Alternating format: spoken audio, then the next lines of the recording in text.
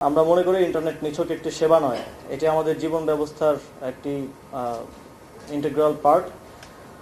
এটা থেকে কাউকে ডিসকানেক্ট করা মানে তার জীবন ঝুঁকিতে ফেলা। আপনারা দেখেছেন জুলাই গণঅভ্যুত্থানে আন্দোলন যখন চূড়ান্ত পর্যায়ে ছিল, তখন মোবাইল ইন্টারনেট সবকিছু বন্ধ করে দিয়ে, ব্ল্যাক আউট করে দিয়ে আমাদের উপরে যে নিপীড়ন চালানো হয়েছে, এদেশের জনগণকে হত্যা করা হয়েছে এবং সেটা পৃথিবীর থেকে এমনকি আমাদের থেকেও গোপন করা হয়েছে। যখন আবার ইন্টারনেট ফিরে এলো তখন আমরা সেই চিত্রগুলো দেখার সুযোগ পেয়েছি।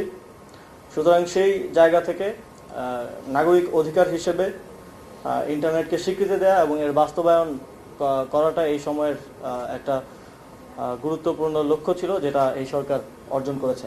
আমি ডাক টেলিযোগাযোগ ও তথ্য প্রযুক্তি মন্ত্রণালয়ের দৃষ্টি আকর্ষণ করতে চাই আরেকটি বিষয়ে, যে বাংলাদেশ একটি দুর্যোগ প্রবণ দেশ।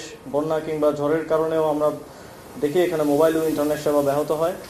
ঝড়, বন্যা বা অন্যান্য প্রাকৃতিক দুর্যোগ আমাদের নিয়ন্ত্রণে নেই, তবে কিভাবে আমরা মোবাইল, ইন্টারনেট ও তথ্য প্রযুক্তি খাতকে আরও বেশি ক্লাইমেট রেজিলিয়েন্ট করতে পারি, এই বিষয়গুলো আপনারা ভেবে দেখতে পারেন।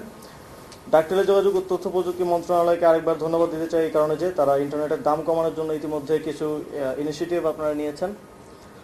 আলাপ আলোচনা চলছে এই বিষয়ে। আমরা গতকালকেও একটা ভালো ডেভেলপমেন্ট দেখেছি। আইআইজি এবং আইএসপি স্তরে 20%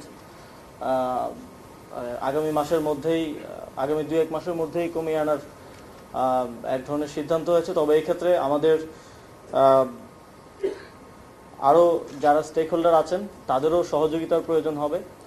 আমরা চাই যে ইন্টারনেট মার্জিনালাইজড পিপল, স্টুডেন্ট এবং উইমেনদের জন্য সহজলভ্য হবে এবং আমরা যেহেতু এটাকে নাগরিক অধিকার বলছি, নাগরিকরা যেন এটা সুবিধা নিতে পারে সেটা নিশ্চিত করার জন্য এর প্রাইসটা আমাদের জনগণের ব্যবহার উপযোগী জায়গায় নিয়ে আসাটা অত্যন্ত গুরুত্বপূর্ণ।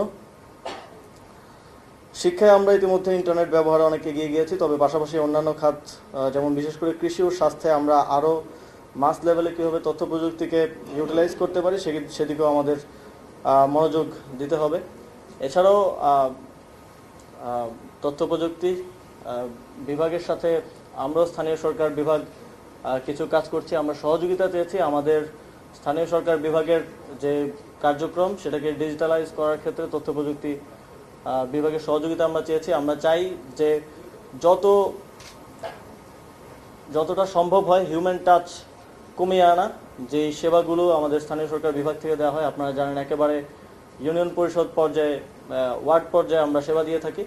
সেক্ষেত্রে হিউম্যান টাচই হচ্ছে সবচেয়ে বেশি দুর্নীতি এবং দীর্ঘসূত্রিতার একটা কারণ।